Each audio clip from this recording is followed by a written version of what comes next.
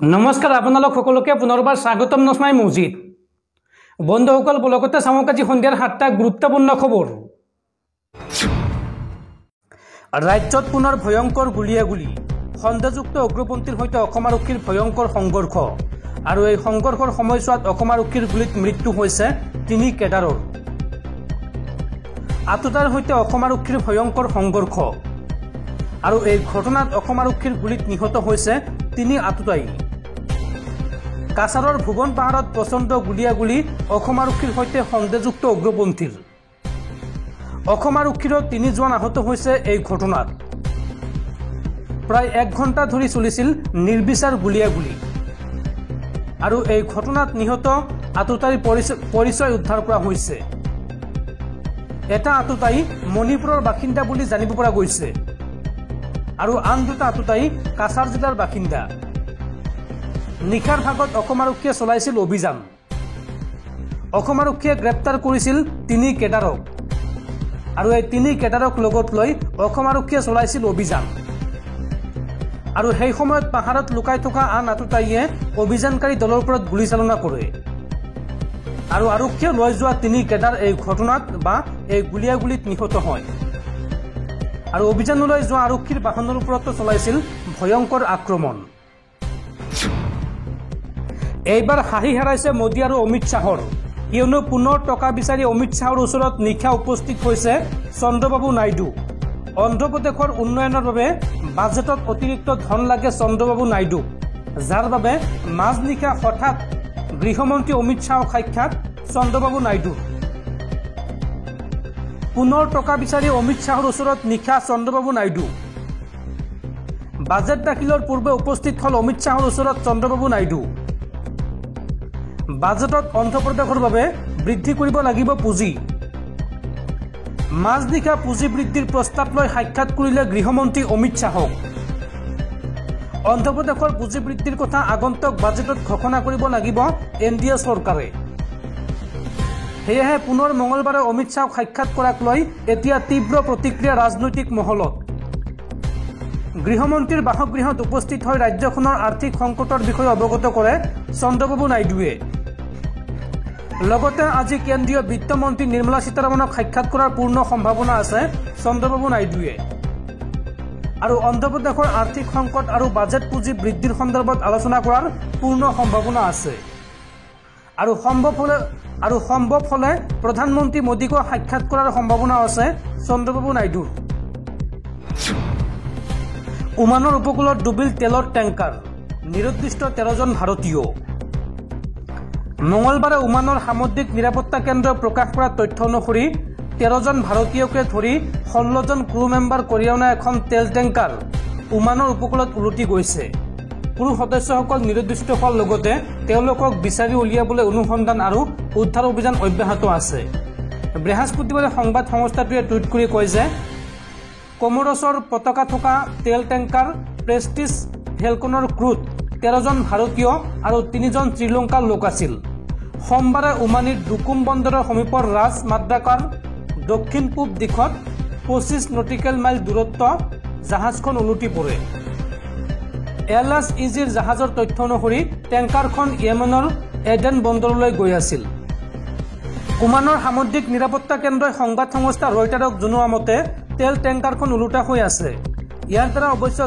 জাহাজখন স্থিৰ হৈ আছে নে নাই বা তেল বা তেলৰ সামগ্ৰী সাগৰত লিক হৈছে নে নাই সেই তথ্য এতিয়াও নিশ্চিত হোৱা নাই এলএছইজিৰ জাহাজৰ তথ্যত প্ৰকাশ পাইছে যে এই জাহাজখন 2007 চনত নিৰ্মিত 117 মিটাৰ দীঘল তেল সামগ্ৰীৰ টেংকাৰ এনে সৰু টেংকাৰ সাধাৰণতে ছুটি যাত্ৰাৰ বাবে ব্যৱহাৰ কৰা হয় ডুকুম বন্দৰ ওমানৰ দক্ষিণ পশ্চিম উপকূলত অৱস্থিত যিটো দেশৰ প্ৰধান তেল আৰু গেছ খনন প্ৰকল্পৰ এটা প্ৰধান কেন্দ্ৰ এটা ডাঙৰ তেল শোধনাগাৰে ডুকুমৰ বিশাল ঔদ্যোগিক অঞ্চলৰ অংশ গঠন কৰে যিটো দেশখনৰ আটাইতকৈ ডাঙৰ একক অৰ্থনৈতিক প্ৰকল্প দৰ্শকসকল আৰু বহুতো গুৰুত্বপূৰ্ণ খবৰ আছে তাৰ আগতে আপোনাক জনাও যে যদি আপুনি এতিয়ালৈকে এইটো ভিডিঅ'ত লাইক কৰা নাই তেন্তে এতিয়াই ভিডিঅ'টোত লাইক কৰি দিয়ক আৰু এনেকুৱা ধৰণৰ ভিডিঅ'সমূহ নিতৌ চাবলৈ চেনেলটো ছাবস্ক্ৰাইব কৰি কাষত থকা বেল আইকনটো প্ৰেছ কৰি ৰাখক উপনিৰ্বাচনত কংগ্ৰেছে অকলশৰীয়াকৈ নিৰ্বাচন খেলা বিষয়ক লৈ এইবাৰ বিস্ফোৰক মন্তব্য বিধায়ক অখিল গগৈৰ।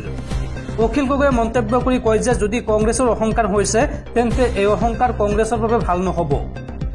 লোকসভাৰ ফলাফল কংগ্ৰেছৰ বাবে ৰাইজৰ সমৰ্থন বুলি যদি ধৰি লৈছে তেন্তে মূৰ্খৰ স্বৰ্গত বাস কৰিছে কংগ্ৰেছ দল। এই বুলি কংগ্ৰেছক খুৰদাৰ সমালোচনা বিধায়ক অখিল গগৈৰ। উপনিৰ্বাচনত কংগ্ৰেছে অকলে নিৰ্বাচন খেলা বিষয়ক লৈ অখিল গগৈৰ মহা বিস্ফোৰণ। যদি কংগ্ৰেছৰ অহংকাৰ হৈছে তেন্তে এই অহংকাৰ কংগ্ৰেছৰ বাবে ভাল নহ'ব। বিৰোধী ঐক্য মঞ্চৰ লগত আলোচনা নকৰাকৈ অকলশৰীয়াকৈ সিদ্ধান্ত লোৱাটো ভুল। যদিহে এইটো হৈছে তেন্তে এই অহংকাৰ কংগ্ৰেছৰ বাবে নিশ্চিতভাৱে ভাল নহ'ব। যদি কংগ্ৰেছ দলে অকলে উপনিৰ্বাচন খেলিম বুলি কৈছে তেন্তে সেইটো ভুল সিদ্ধান্ত। লোকসভা নিৰ্বাচনত সকলোৰে সহযোগত আমাৰ যথেষ্ট ভাল হৈছিল। কংগ্ৰেছ দললৈ কি আহ্বান জনালে ৰাইজৰ দলৰ সভাপতি অখিল গগৈয়ে চাওঁ আহক। আমি কংগ্ৰেছ দলৰ সৈতে ঐক্যবদ্ধ হৈ নিৰ্বাচন খেলি ৰাইজৰ সঁহাৰি লাভ কৰিছিলোঁ। এই মন্তব্য অখিল গগৈ। অখিল গগৈয়ে লগতে কয় যে এই ফলাফলক কংগ্ৰেছৰ বাবে ৰাইজৰ সমৰ্থন বুলি যদি ধৰি লৈছে তেন্তে মূৰ্খৰ স্বৰ্গত বাস কৰিছে কংগ্ৰেছে। কংগ্ৰেছৰ বাবে তেওঁলোকে লোৱা এই সিদ্ধান্ত অতি দুৰ্ভাগ্যজনক হ'ব। অকলশৰীয়াকৈ খেলা বিষয়টো বিৰোধী ঐক্য মঞ্চত আলোচনা হ'ব লাগিব। বিৰোধী ঐক্য মঞ্চত আলোচনা নকৰাকৈ সিদ্ধান্ত ল'লে পৰৱৰ্তী সময়ত আমাৰ পৰা সহযোগিতা নাপাব কংগ্ৰেছ দলে।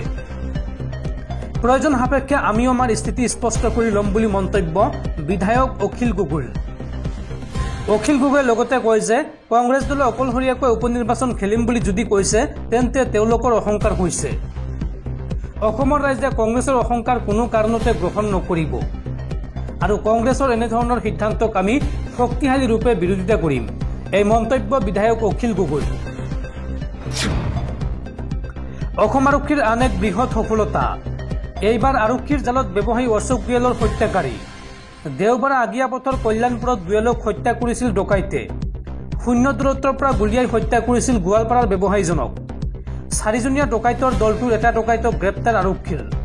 4 নং বলতমাৰী চৰৰ পৰা গ্ৰেপ্তাৰ ডকাইত জাহিদুল ইছলামক। আৰু জাহিদুল ইছলাম হত্যাকাণ্ডত ব্যৱহৃত বাহনখনৰ চালক আছিল। ৰাজ্যৰ লাখ লাখ নিবনুৱা যুৱক যুৱতীৰ বাবে ভাল খবৰ। এইবাৰ বেংকত ওলাইছে হাজাৰ হাজাৰ চাকৰি।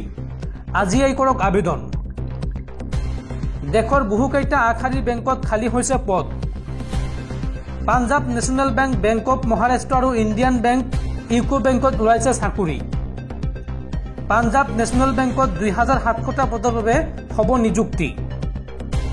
বেংকৰ অফিচিয়েল ৱেবছাইটত প্ৰকাশ পাইছে বিজ্ঞাপন। যিকোনো শাখাত স্নাতক ডিগ্ৰীধাৰীয়ে কৰিব পাৰিব আবেদন।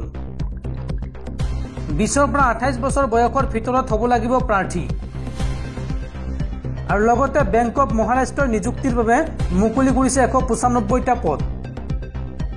বেংকৰ অফিচিয়েল ৱেবছাইটত আপুনি ভিজিট কৰি কৰক আবেদন। আবেদনৰ শেষ সময়সীমা 26 জুলাই। আৰু লগতে 1500টা এপ্ৰেণ্টিছ পদৰ বাবে ইণ্ডিয়ান বেংকে মুকলি কৰিছে বিজ্ঞাপন। আৰু লগতে ইউকো বেংকতো 544টা এপ্ৰেণ্টিছ পদ খালী হৈছে। বেংকৰ অফিচিয়েল ৱেবছাইটত লাভ কৰিব আপুনি আবেদনৰ সকলো তথ্য। প্ৰধানমন্ত্ৰী নৰেন্দ্ৰ মোদীৰ অধ্যক্ষতাত পুনৰ গঠন হ'ল নীতি আয়োগ। আৰু এই আয়োগৰ উপাধ্যক্ষৰ পদত অৰ্থনীতিবিদ সুমন কে বেৰিয়া, লগতে কেন্দ্ৰীয় গৃহমন্ত্ৰী অমিত শ্বাহ, প্ৰতিৰক্ষা মন্ত্ৰী ৰাজনাথ সিং, বিত্তমন্ত্ৰী নিৰ্মলা সীতাৰমণ আৰু কৃষিমন্ত্ৰী শিৱৰাজ সিং চৌহানক প্ৰধান সদস্যৰ পদ দিয়া হৈছে।